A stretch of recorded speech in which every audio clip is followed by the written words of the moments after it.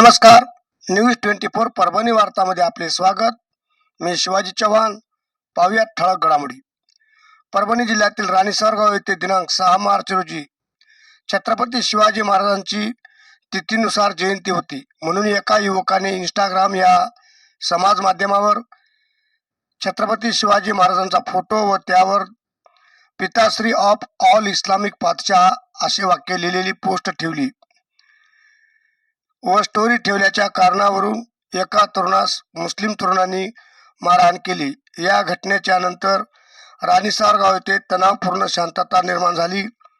मुस्लिम समाज बांधवांच्या पवित्र महिन्यात रमजान महिन्यात व राणी सरगाव येथे महाराजस्व अभियान असल्यामुळे कुठेही अनुचित प्रकार घडू नये म्हणून परभणी जिल्ह्याचे पोलीस अधीक्षक श्री रवींद्र सिंहजी परदेशी साहेब, जिल्हाधिकारी चव्हाण साहेब यांनी तात्काळ भेट दिली. तसेच अप्पर पोलीस अधीक्षक उपविभागीय पोलीस अधिकारी गंगाखेड यांनी राणी सरगाव येथे मध्यरात्रीपर्यंत ठाण मांडून बसले व पोलीस बंदोबस्त ठेवला. पीडित ओम निळकंठ जाधव यांच्या फिर्यादीवरून मारहाण करणाऱ्या 9 मुस्लिम तरुणावर गुन्हे नोंद करण्यात आले. ओम निळकंठ जाधव या तरुणास लाथाबुक्क्यांचा मुक्का मार लागल्यामुळे त्यास पुढील उपचाराकरता जिल्हा सामान्य रुग्णालय परभणी येथे दाखल करण्यात आले. तर आरोपींना तात्काळ अटक करावे म्हणून राणी सरगाव येथे कडकडीत बंद ठेवून मारहाणीचा निषेध करण्यात आला. सदरील घटनेचा पुढील तपास सहाय्यक पोलीस निरीक्षक सिद्धार्थ इंगळे साहेब पिंपळदरी पोलीस स्टेशन करत आहेत. तर रुग्णसेवक समाजसेवक बाळासाहेब जाधव यांनी परभणी जिल्हा सामान्य रुग्णालयात ओम निळकंठ जाधव यांची भेट घेऊन तब्येतीची विचारपूस केली. अशाच घटना घडामोडी पाहण्यासाठी आजच न्यूज 24 परभणी वार्ता या चॅनलला लाईक व बेल आयकॉन दाबून सबस्क्राईब करा व आपल्या प्रतिक्रिया कमेंट बॉक्समध्ये कमेंट करून कळवा. पाहुयात बाळासाहेब जाधव यांचे काय म्हणणे आहे ते. जय श्रीराम.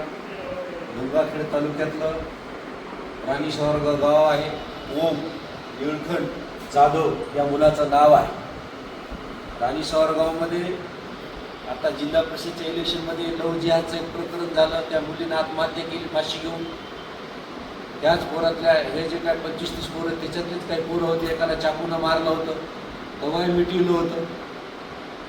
आता छत्रपती शिवाजी महाराजाचा का स्टेटस ठेवलं म्हणून मस्जिदमध्ये नमाज पडले 7 वाजता आणि 7:30ला पोराला 25-30 पोरांनी मारलं.